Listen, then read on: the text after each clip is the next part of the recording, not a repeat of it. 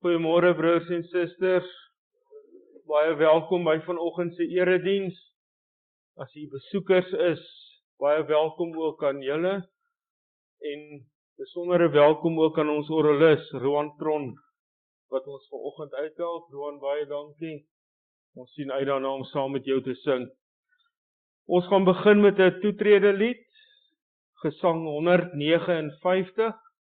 Verse 1 en 2 en dan bly ons staan daarna vir die fotum en die seën en ons lofsang dan spontaan Psalm 146, die eerste en die 4de vers.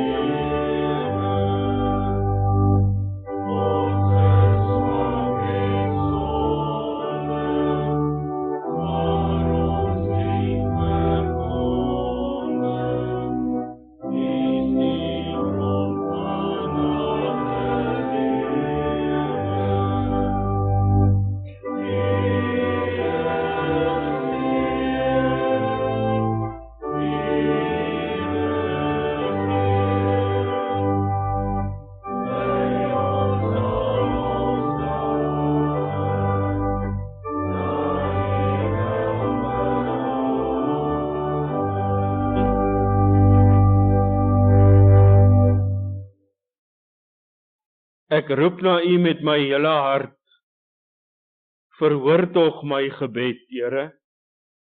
Ek wil u voorskrifte nakom. Ek roep na u, red my. Ek wil u verordeninge gehoorsaam. Geliefdes, genade en vrede vir julle, van God ons Vader, van Jesus Christus die Here en van die Heilige Gees. Amen.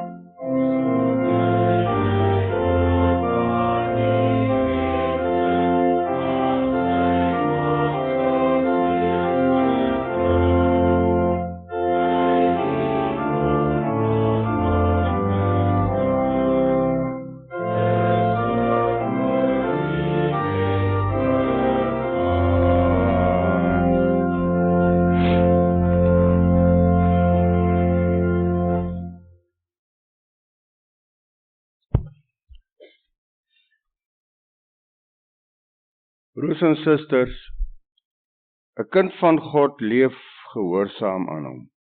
Dit is nie altyd moontlik nie, omdat ons mense is en van nature daartoe geneig is om te sondig. Die apostel Paulus sê ook wat hy wil, dit doen hy nie, maar eerder dit wat hy nie wil nie. Daarom is dit nodig dat ons voortdurend ons lewe meet aan die wet van die Here. Wanneer ons dit doen, dan besef ons dat ons nie altyd gehoorsaam is, soos wat God dit van ons vra en ons in Jesus Christus kom leer het. Kom ons bely ons skuld deur elk soos volg in sy of haar hart te spreek.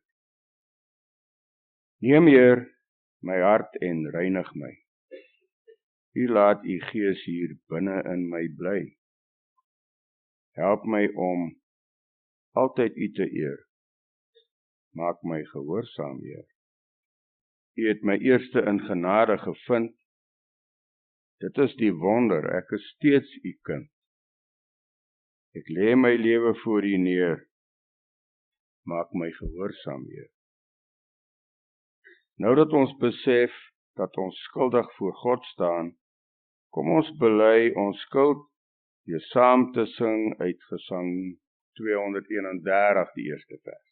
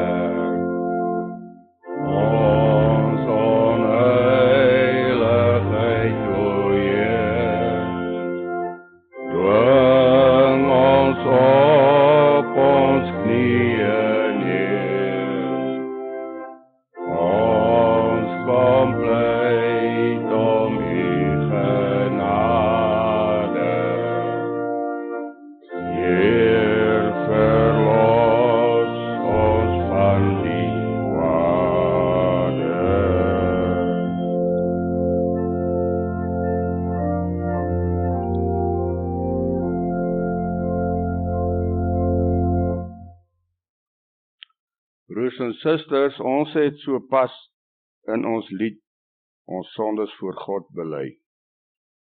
Hoor dan God se genade uit Romeine 10, verse 9 en 10. As jy met jou mond bely dat Jesus die Here is, en met jou hart glo dat God hom uit die dood opgewek het, sal jy gered word. Met die hart glo ons en ons word vrygespreek. En met die mond bely ons en ons word gered. Laat ons nou ons geloof bely.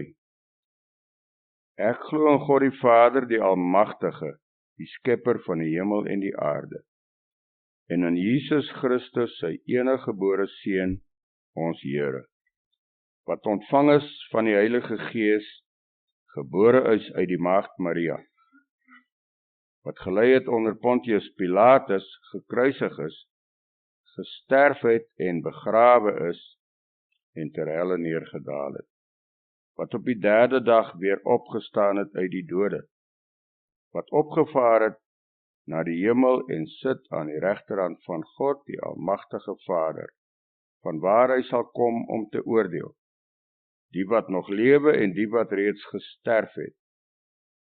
Ek glo in die Heilige Gees. Ek glo aan 'n heilige, algemene, Christelike kerk, die gemeenskap van die heiliges, die vergifnis van sondes, die opstanding van die vlees en 'n ewige lewe. Amen.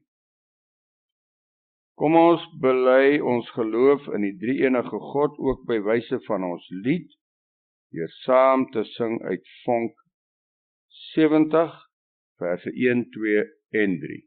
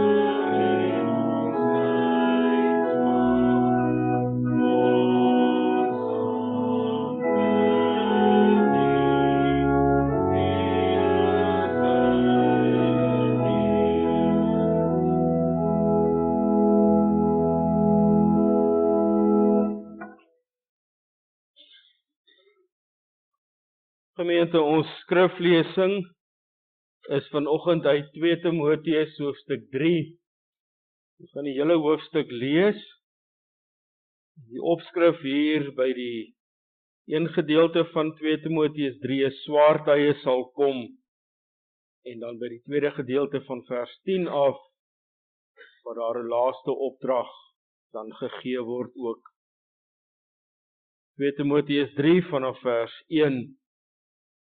Dit moet jy weet, in die laaste dae sal daar swaar tye kom. Die mense sal selfsugtig wees, geldgierig, grootpraterig en verwaand, beledigend teenoor hulle medemens en ongehoorsaam aan hulle ouers, ondankbaar en ongodsdienstig. Hulle sal liefdeloos en onversoenlik wees, kwaadpraters, bandeloos en wreed, sonder liefde vir die goeie. Hulle sal verraaiers wees, roekeloos en hooghartig. Hulle sal eerder liefde vir genot hê as liefde vir God. Hulle sal nog die uiterlike skyn van die godsdiens hê, maar die krag van die godsdiens sal hulle nie ken nie. Bly weg van sulke mense af. Party van hulle dring in die huise in en kry liggelowige vroue wat met sonde belaai is en deur allerlei sinnelike begeertes gedryf word in hulle mag. Vroue wat altyd iets wil leer, maar tog nooit tot die kennis van die waarheid kan kom nie. Net soos Jannes en Jambres hulle teen Moses verset het, so verset hierdie mense hulle teen die waarheid. Mense wat in die verstand verward is en in die geloof 'n mislukking. Maar hulle sal nie ver kom nie, omdat hulle dwaasheid vir almal duidelik sal wees. Net soos in die geval met Jannes en Jambres. Maar jy het my nagevolg in leer, lewenswandel en lewensdoel. In geloof, geduld, liefde en volharding. In vervolging en ontbering soos my te beurt geval het in Antiochië, Iconium en Lystra. Watter vervolging moes ek nie alles verduur nie, maar die Here het my uit almal gered. Almal wat in Christus Jesus toegewy aan God wil lewe, sal ook vervolg word. Maar goddelose mense en bedrieërs sal voortgaan van kwaad tot erger. Hulle mislei ander en word self mislei. Maar jy, bly by wat jy geleer het en wat jy vas glo. Jy weet tog wie jou leermeesters was en jy ken van kleins af die Heilige Skrif. Dit kan jou die kennis bybring wat tot verlossing lei deur die geloof in Christus Jesus. Die hele Skrif is deur God geïnspireer en het groot waarde om in die waarheid te onderrig, dwaling te bestry, verkeerdhede reg te stel en 'n regte lewenswyse te kweek, sodat die man wat in diens van God staan, volkome voorberei en toegerus sal wees vir elke goeie werk. Geliefdes, ons lees tot sover, 'n mens leef nie net van brood nie, maar van elke woord wat uit die mond van God kom. Kom ons bid saam.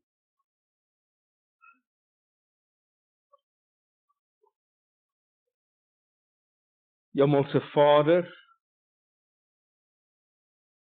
ons loof en ons prys U as die Skepper God van hemel en aarde. Die een wat alles gemaak het deur net 'n woord te spreek. U het gesê, laat daar lig wees.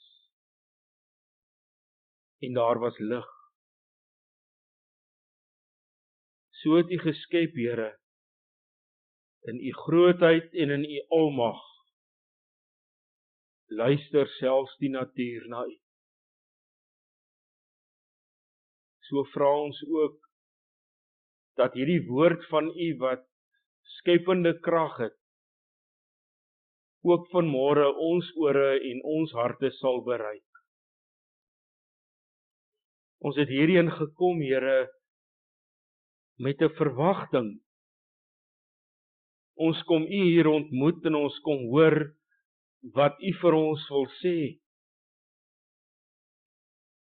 Wanneer ons rondom ons kyk,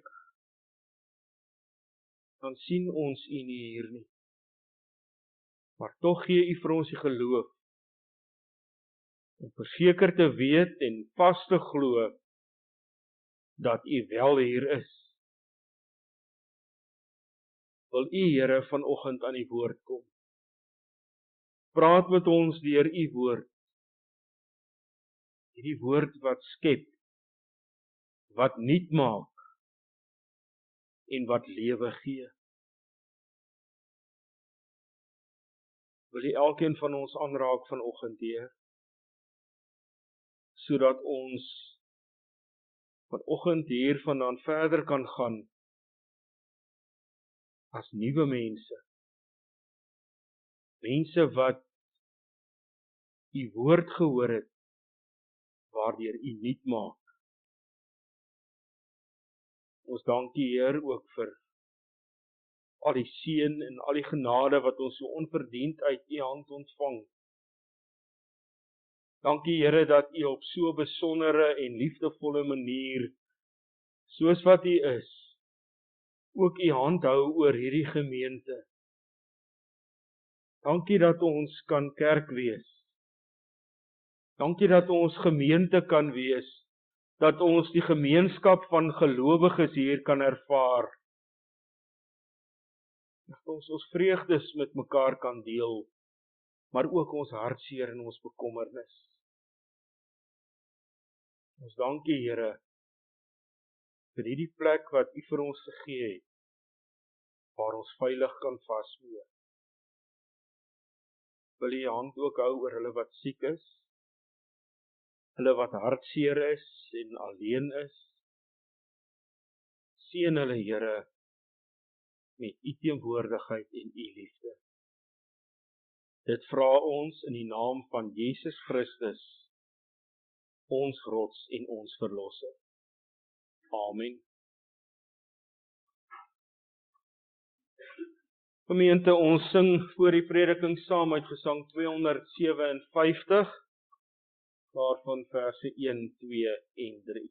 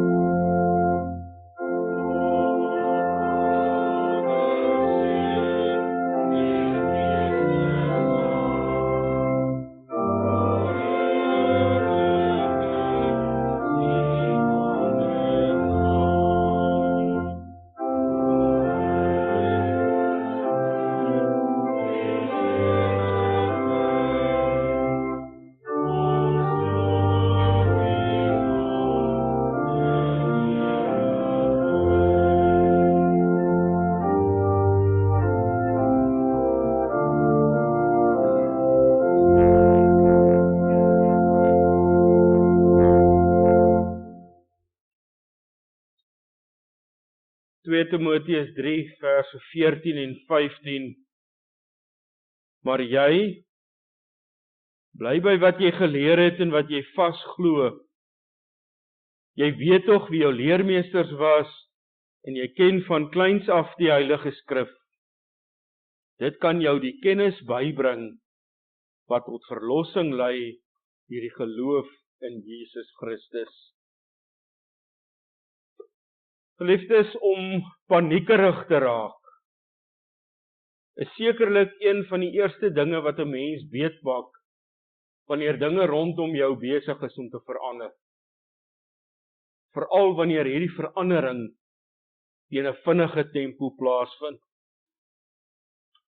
En die rede is sekerlik omdat dit vir 'n mens ook groot onsekerheid meebring. Want alles waarmee jy gemaklik was, verander en jy moet weer jou voete vind. Tydens hierdie verandering voel jy ongemaklik.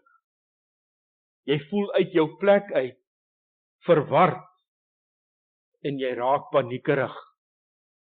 Want dit voel vir jou of jy nêrens meer inpas nie. En dit ervaar ons almal van tyd tot tyd.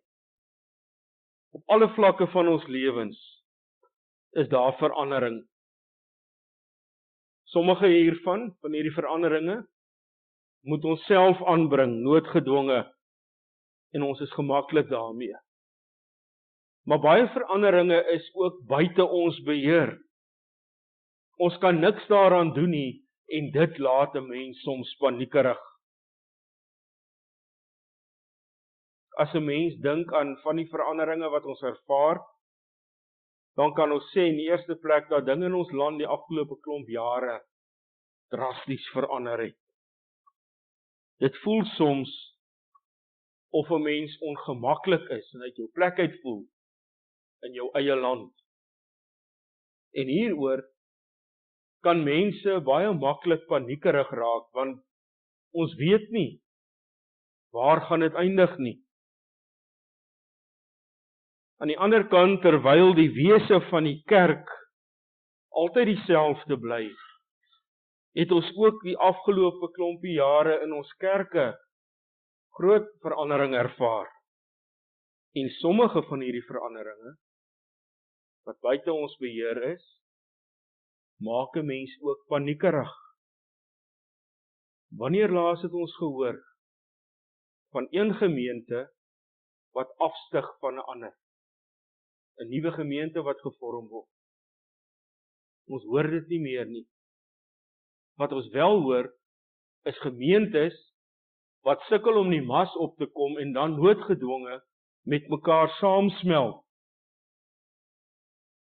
En dit gebeur omdat daar bloot nie meer genoeg lidmate in die gemeentes is, dat so 'n gemeente na behore kan funksioneer en oorleef nie. Lidmate verlaat die kerk. Daar's verskeie redes, maar die punt is dat die kerk in die algemeen, maar ook in die besonder die hervormde kerk, oor die laaste paar jaar 'n klomp lidmate verloor het. Ons ervaar dit ook in ons eie gemeente. Mense verlaat die kerk, want om deel van hierdie gemeenskap van gelowiges te wees, om Sondag hier saam in 'n erediens by mekaar te wees en die Here te aanbid, beteken nie sommer vir mense werklik meer iets nie. En dan sal ook invloede van buite af in die kerk. Dis nie meer nodig om Sondag hier in die erediens by mekaar te wees nie. Want ek kan ongeag van waar ek is, na 'n erediens oor die internet luister. En ek kan bloot nog ook kies na wat ek wil luister. Kerk toe kom is nie meer vir my nie. Wanneer die kerk binne die grense van die woord lidmate berispe en aanspreek oor byvoorbeeld hulle lewenstyl, dan is dit die kerk wat verkeerd is. Terwyl die kerk dit doen, in opdrag van God, en dis belangrik, binne die grense, wat God in sy woord stel. En deel van daardie grense, is om hierdie opdrag ook uit te voer in liefde. Daar word kritiek uitgespreek teen die kerk, wat betref die inhoud van die kerk se verkondiging. Vir hoeveel mense is die Bybel nie maar bloot 'n eeueoue boek, wat nie werklik meer vandag vir my iets beteken nie. Baie mense sê dat hulle God se stem eerder op 'n ander plek hoor, as om dit te lees uit 'n boek uit, wat duisende jare oud is, en uit 'n ander kultuur uitkom. God praat op ander maniere met my. Ek lees nie meer die Bybel nie. Die uitspraak is ook al gemaak, dat indien lidmate die hervormde kerk verlaat teen die tempo wat dit plaasvind tans, gaan dit gebeur dat die hervormde kerk hier om en by 2045 sy deure gaan toemaak. Want dan is daar nie meer lidmate nie, en kan die kerk nie meer bestaan nie. En dan wonder 'n mens maar net, met watter geloof word so 'n uitspraak gemaak. Dis sulke tye, broers en susters, wat dinge rondom ons verander, wat 'n mens paniekerig raak. En paniek maak, dat ek nie meer reguit kan dink nie. Ek dink nie meer nugter nie. My emosie neem oor, en ek maak dalk soms die verkeerde keuses ook. Wat moet ons doen, wanneer dinge rondom ons so verander? Wat moet ons doen, wanneer ons sien hoe die kerk verander? Die wêreld verander waarin ons leef. Ons verlang tog so na die tyd, wat hierdie kerk Sondag vol was. Mense hoor hoeveel maal die stories, ons moes stoele indra, dat daar genoeg sitplek kan wees. Die duidelike antwoord vanoggend uit God se woord uit, is in die eerste plek om nie paniekerig te raak nie. En ek dink voordat ons hoor wat hierdie antwoord is, kom ons dink eers aan wie hierdie antwoord gegee word in 2 Timoteus 3. Dit was aan mense wat dit nie maklik gehad het nie. Daar's 'n aanslag teen hierdie gemeente, waarvan ons lees in 2 Timoteus. Hulle is beïnvloed deur 'n dwaalleer wat verkondig word. En hierdie gemeente bestaan uit mense, wat hulle maar onlangs bekeer het tot die Christendom. Tot onlangs toe, was hulle nog Jode, of was hulle deel van die heidendom. Hulle was dus nog nie lank Christene gewees nie, en hulle was kwesbaar, wanneer iemand hulle aangevat het oor hulle geloof. Dalk was dit vir hulle moeilik, om hulle self te kon verduidelik, om te kon sê, wat ons glo, en hoe ons glo, en hoekom ons dit glo. En wat die dwaalleer was, wat verkondig is aan hulle, is daar nie sekerheid nie. Maar uit wat Timoteus vir ons sê, kan ons duidelik aflei, dat dit gegaan het oor die verkondiging. Hierdie mense moes hulle geloof verdedig. Daar's voortdurend vir hulle gesê, maar sekere soorte kos wat julle mag eet, en ander wat julle nie mag eet nie, want sekere soorte kos maak 'n mens onrein. Dit nadat Jesus vir hulle geleer het, 'n mens word nie onrein deur dit wat in jou liggaam ingaan nie, maar dit wat daar uitkom. Verder het hierdie dwaalleer ook geleer, dat 'n mens nie verlos word op grond van God se genade in Jesus Christus nie, maar eerder hoeveel jy daarvan weet. Hoe goed jy hierdie verlossing in Jesus Christus verstaan en hoe goed jy dit kan verduidelik. Verlossing was vir hulle, dis nie 'n saak van genade nie, maar eerder 'n saak wat jy met jou verstand moet begryp en verstaan. En daar's nog 'n saak wat dinge vir hulle baie moeilik gemaak het. Tot en met 'n paar jaar voordat hierdie brief geskryf is daar geglo dat die wederkoms vinnig gaan plaasvind. Kort na Jesus se hemelvaart gaan die wederkoms plaasvind. En mense is dus opgeroep om altyd gereed te wees en te wag, want die wederkoms is naby. Na mate tyd verloop het die wederkoms nie plaasgevind nie. Nie soos wat hulle gedink het nie. En nou begin hierdie mense hulle self organiseer in 'n groep wat later bekend staan as die kerk. Die doel is dat hierdie unieke gemeenskap hulle self sodanig inrig dat hulle mekaar kan troos en mekaar kan bemoedig terwyl hulle wag vir die wederkoms. Hulle wil vir mekaar sê dat al het die wederkoms nog nie plaasgevind nie, moet hulle net moed hou. Want gaan dit gebeur. En nou lees ons boonop nog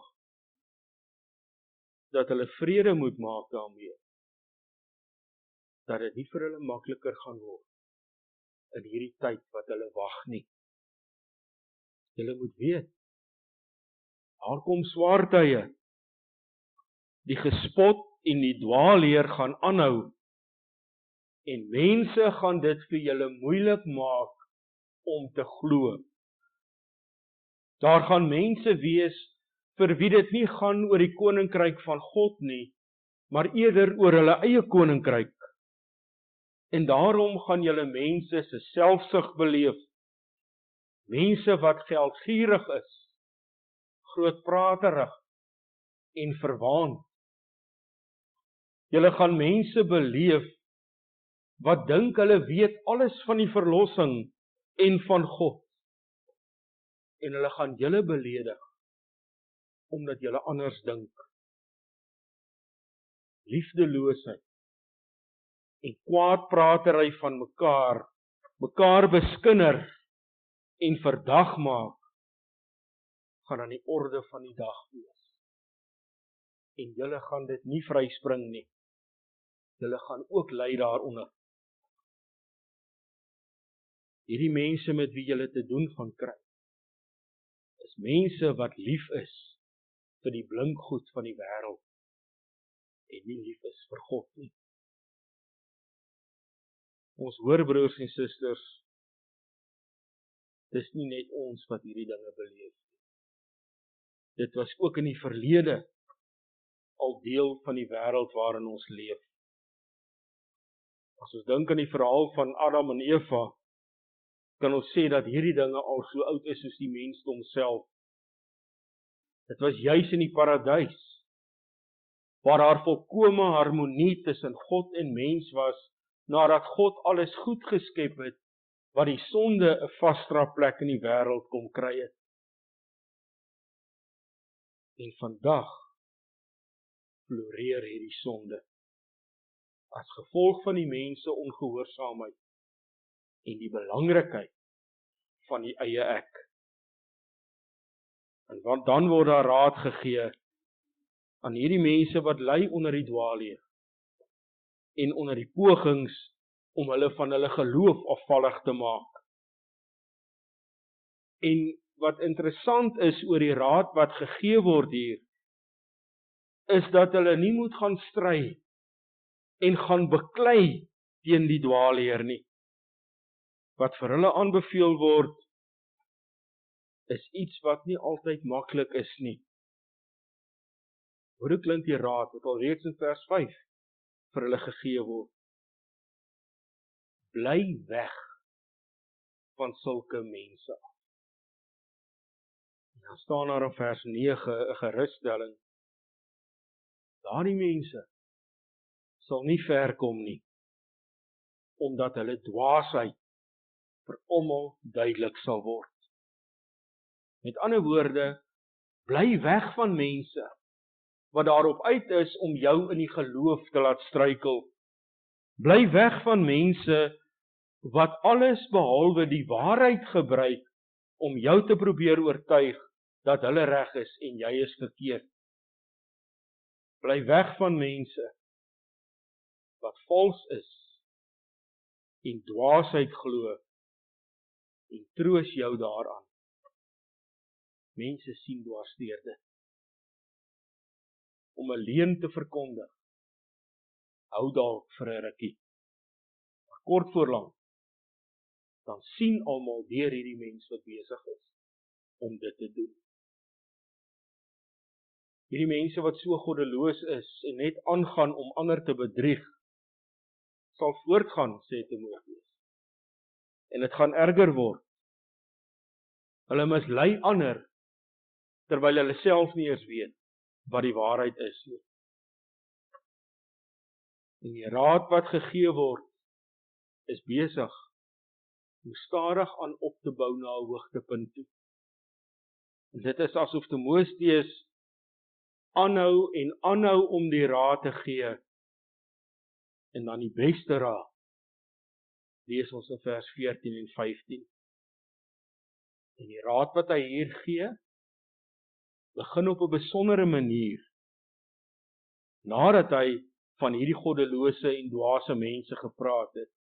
Hy sê, maar jy, hoor die maar, jy is anders as hierdie mense wat goddeloos lewe, wat jou beledig, wat kwaad praat van jou en jou probeer afvallig maak van die geloof. Jy het iets om aan vas te hou wat hulle nie het nie. En dit wat jy het om aan vas te hou, is iets wat vas staan. Dis die waarheid. Dis die regte waarheid wat jy het om aan vas te hou.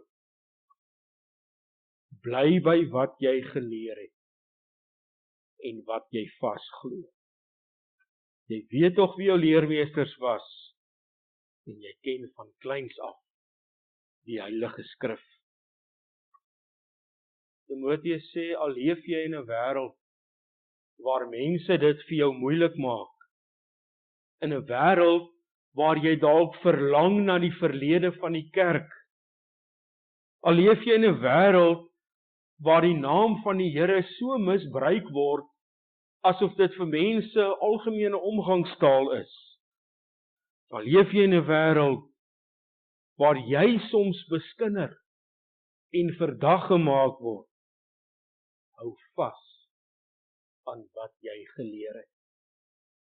Hou vas aan dit wat jy as 'n klein kindjie geleer het, toe jou pa en ma jou vertel het van liewe Jesus, en wat hy vir jou gedoen het, en wat dit vir jou beteken. Hou vas aan dit wat jy in die kerk geleer het, toe jy nog katekisasie bygewoon het. Hou vas aan dit wat die Here vir jou leer. Elke keer wanneer jy die Bybel oopmaak en daaruit lees en sy stem hoor.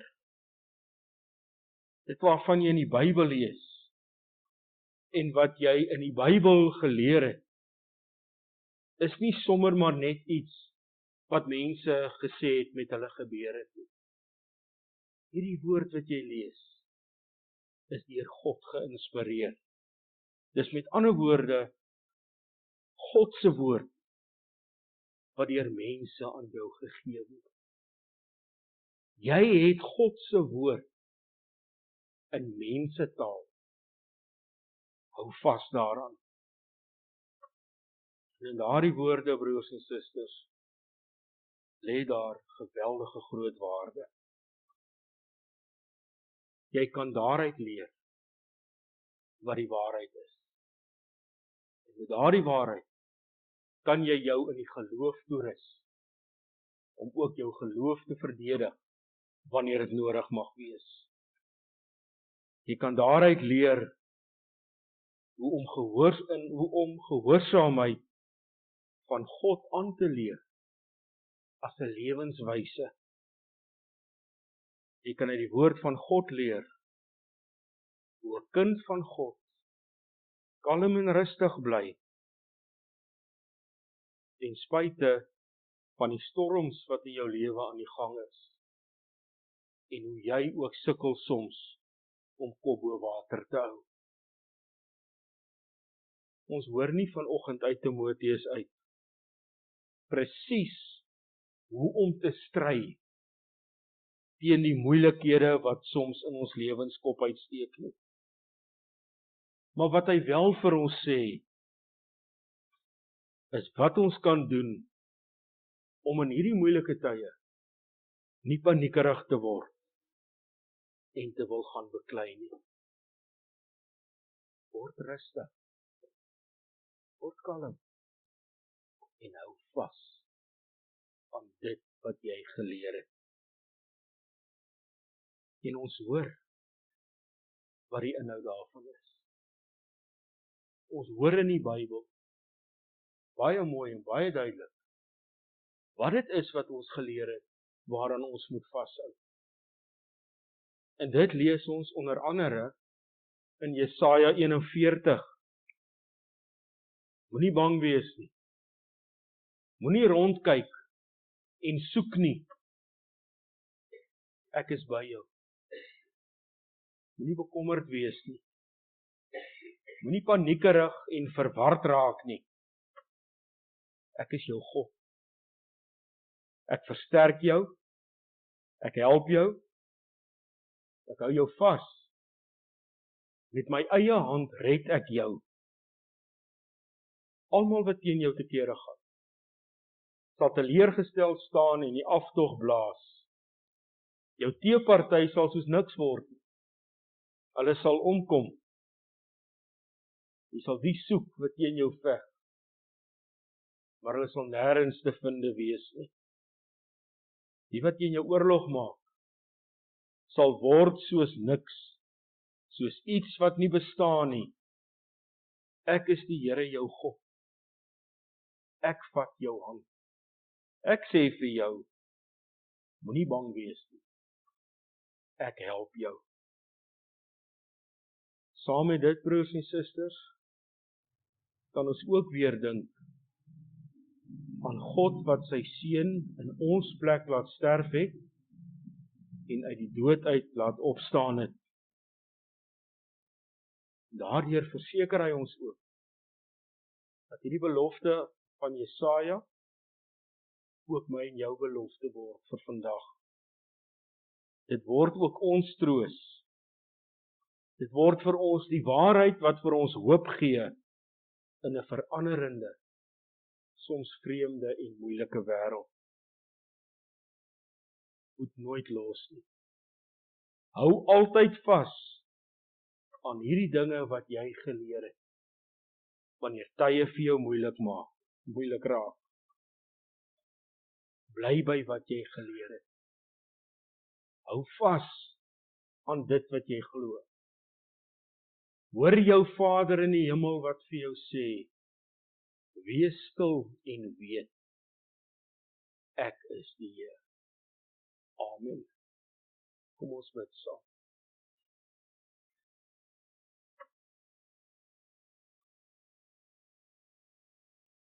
Here, ons raak soms paniekerig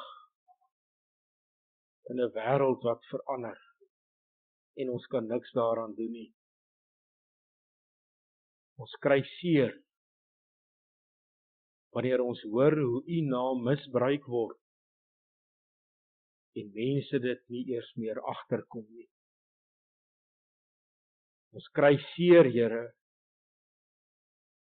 wanneer ons sien wat die aanslag teen die kerk is. hoe die kerk soms beledig word. En daarom vra ons U vanoggend dat U aan ons die krag en die genade sal gee, dat ons sal vashou aan dit wat ons van kleins af geleer het, dat ons sal vashou aan die waarheid, dit wat U in U woord vir ons sê. Maar help ons, Here, dat ons ook sal vashou aan U. Aan U wat altyd dieselfde bly. U wat altyd liefde is. U wat altyd by ons is en ons seën. Help ons, Here, want uit ons eie uit kan ons dit nie doen nie. Amen.